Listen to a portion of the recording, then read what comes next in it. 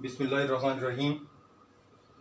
अज़ीज़ तलबा, आज का हमारा जो टॉपिक है वो रिपल टैंक के मुतल्लिक़ है।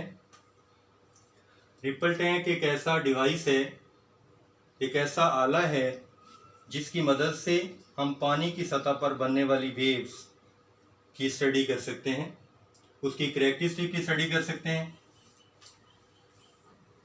रिपल टैंक एक रेक्टेंगुलर ट्रे पर मुश्तमिल आला है।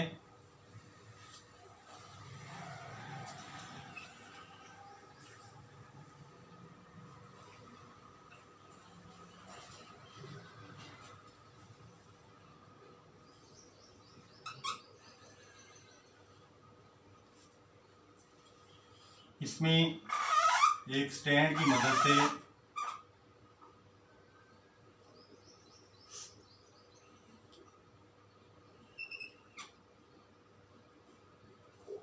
यहाँ पर एक वाइब्रेटर नस्ब किया जाता है।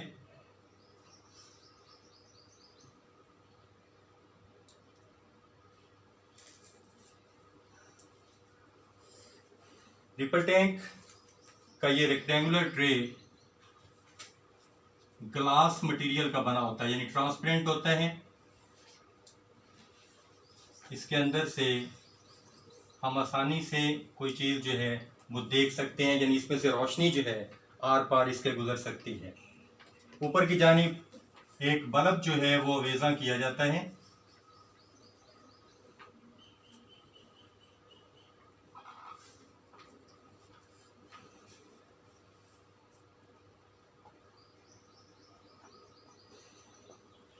जब हम इसके अंदर पानी डालते हैं और बटन दबाकर इसका वाइब्रेटर जब पानी की सतह से मस करता है तो इसमें स्ट्रेट वेव्स पैदा होती हैं।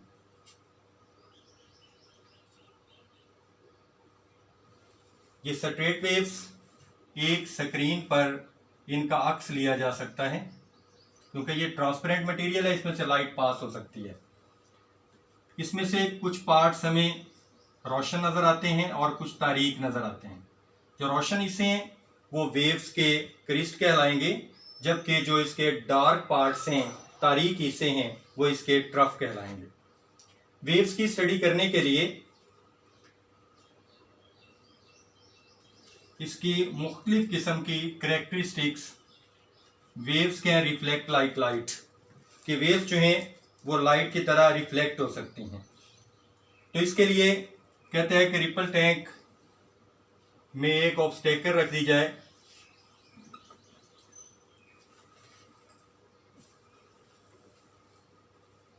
ऑब्स्टेकल का मतलब क्या होता है, यानी एक रुकावट रख दी गई है।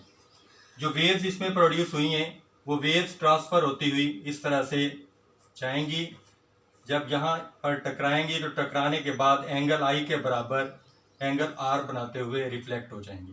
यहाँ पर जब हम उसके नॉर्मल ड्रा करते हैं तो angle i always equal to angle r. It means waves जो हैं जिस मीडियम से गई थी ऑब्स्टेकल से टकराने के बाद उसी मीडियम में वापस आ गई, और इसमें एंगल आई जो है वो हमेशा आर के बराबर होगा। इट मीन्स वेव्स की रिफ्लेक्शन अकर हुई है, यानी वेव्स का किसी ऑब्स्टेकल से टकराकर उसी मीडियम में वापस आ जाना या बाउंसिंग बैक हो जाना, इसको हम वेव्स की रिफ्लेक्शन कहते हैं। इसके बाद नेक्स्ट जो इसकी करैक्टरिस्टिक्स हैं उसमें वेव्स की रिफ्लेक्शन है, इसको हम रिफ्लेक्शन ऑफ वेव कहेंगे।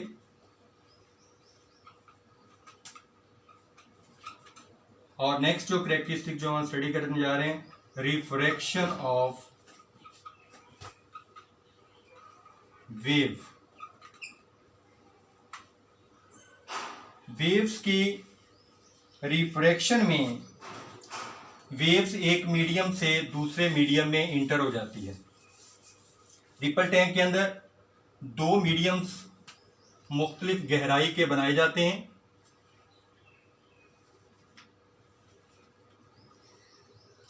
इसमें इसी तरह से एक ऑब्स्टेकल जो है वो रख दी गई। ये पानी यहाँ पर भी मौजूद है और इसके ऊपर भी, लेकिन ये जो रीजन है ये निस्बतन डीप है और ये शैलो है। ये गहरा पानी है जबकि ये कम गहरा पानी है जो शैलो वाटर है, यानी इसके ऊपर जो है यहाँ पर पानी मौजूद है। ये वाली जो ऑब्स्टेकल हमने रखी है ये पानी के अंदर डूबी हुई है, जबकि पीछे जो हमने ऑब्स्टेकल बनाई थी वो पानी की सतह से ऊपर थी। यहाँ पर पानी जो है वो ऑब्स्टेकल से ऊपर है। जब इसमें स्ट्रेट वेव्स प्रोड्यूस की गई तो ये स्ट्रेट वेव्स जैसे इस ऑब्स्टेकल से टकराएंगी ये कुछ पीछे मुड़ती हुई दिखाई देंगी इस तरह से।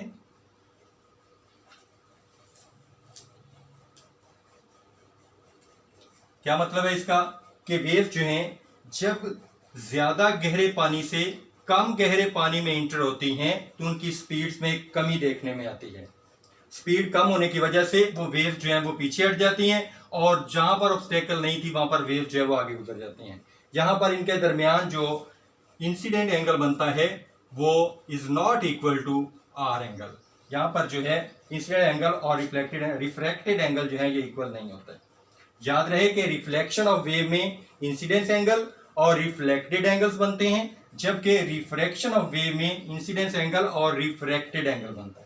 क्योंकि यहाँ पर वेव्स एक मीडियम से दूसरे मीडियम में चली गई हैं, टकरा कर वापस नहीं आई, इस वजह से रिफ्रैक्शन अक्कर हुई है। यहाँ पर यह बात वाज़ेह रहे कि यहाँ पर वेव्स की स्पीड में कमी आती है लेकिन वेव्स की फ्रीक्वेंसी में कोई तब्दीली नहीं होती।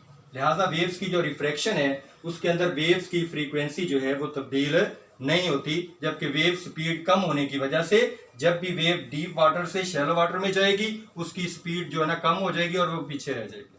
जबकि अगर यही वेव्स शैलो वाटर से डीप वाटर की तरफ आए तो उस वक्त उनकी स्पीड में इजाफा हो जाता है। इस दौरान भी उनकी स्पीड में ज्यादती होने की वजह से उसकी जो एंगल आई है और एंगल आर जो है दोनों बराबर नहीं रहते, यानी उसकी फ्रीक्वेंसी तो सेम है लेकिन वेव स्पीड के अंदर जो है वो फर्क आ जाता है।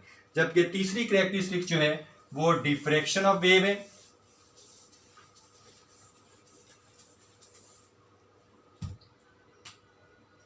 डिफ्रैक्शन ऑफ वेव में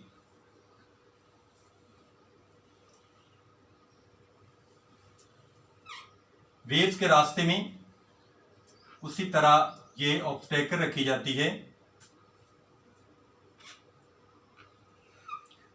ये ऑब्स्टेकल वेवलेंथ के बराबर या वेवलेंथ से छोटी होनी चाहिए। यहां पर जो रास्ता ये छोड़ा है ये वेवलेंथ से के बराबर हो या फिर वेवलेंथ से छोटा हो। तो इसमें जो वेव्स हैं स्ट्रेट वेव्स प्रोड्यूस हुई,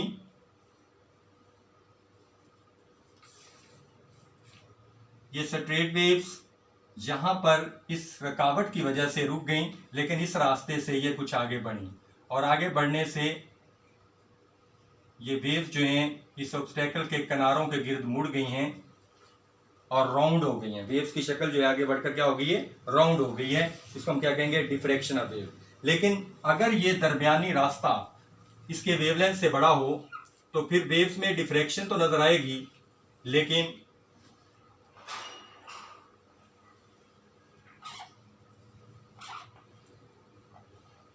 वो स्ट्रेट रहेंगी, किनारों के किधर मुड़ेंगी जरूर, लेकिन उनमें ये डिफ्रैक्शन जो है इंतहाई खफीफ सी नजर आएगी।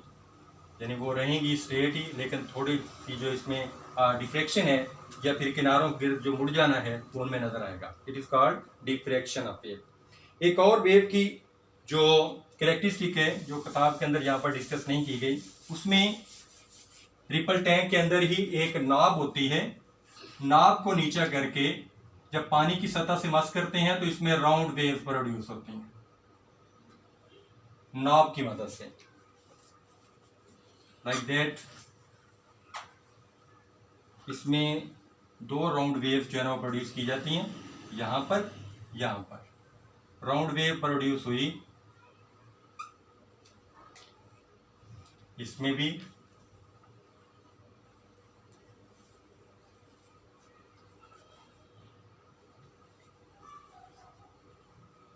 और एक वक्त आएगा कि ये दोनों वेव्स आपस में टकराएंगी। टकराने से अगर दोनों के क्रिस्ट आपस में मिल रहे हों तो फिर दुगने एम्पलीट्यूड की वेव्स प्रोड्यूस होती हैं जिसको हम कंस्ट्रक्टिव इंटरफेरेंस कहते हैं। और अगर एक का क्रिस्ट दूसरे की ट्रफ से मिल जाए तो फिर दोनों वेव्स एक दूसरे के असर को जायल कर देती हैं, असर खत्म हो जाता है। इसको हम डिस्ट्रक्टिव इंटरफेरेंस कहते हैं। तो यूं रिपल टैंक की मदद से हम वेव्स की इन 4 खसूसियात का जो है आसानी से मुताला कर सकते हैं कि वेव्स भी लाइट रेज की तरह से रिफ्लेक्शन का मजहर भी पेश करती हैं, इसके अलावा रिफ्रैक्शन का मजहर भी पेश करती हैं और इंटरफेरेंस का मजहर भी पेश करती हैं, और जबकि हमने जो डिफ्रैक्शन में पढ़ा वो मजहर भी जो है ना इसके अंदर पेश किया जाता है। तो यूं वेव्स की मुख्तलिफ कैरेक्टरिस्टिक के मुताला के लिए हम रिपल टैंक जो है वो यूज़ करते हैं। उम्मीद है कि आपको ये टॉपिक जो है वो पसंद आया होगा। तो अगर आपके इसके बारे में कोई भी सवाल आपके ज़हन में हो तो आप कमेंट्स में जाकर जो है इसका सवाल कीजिएगा, इंशाल्लाह इसका आपको जवाब दिया जाएगा। अस्सलाम।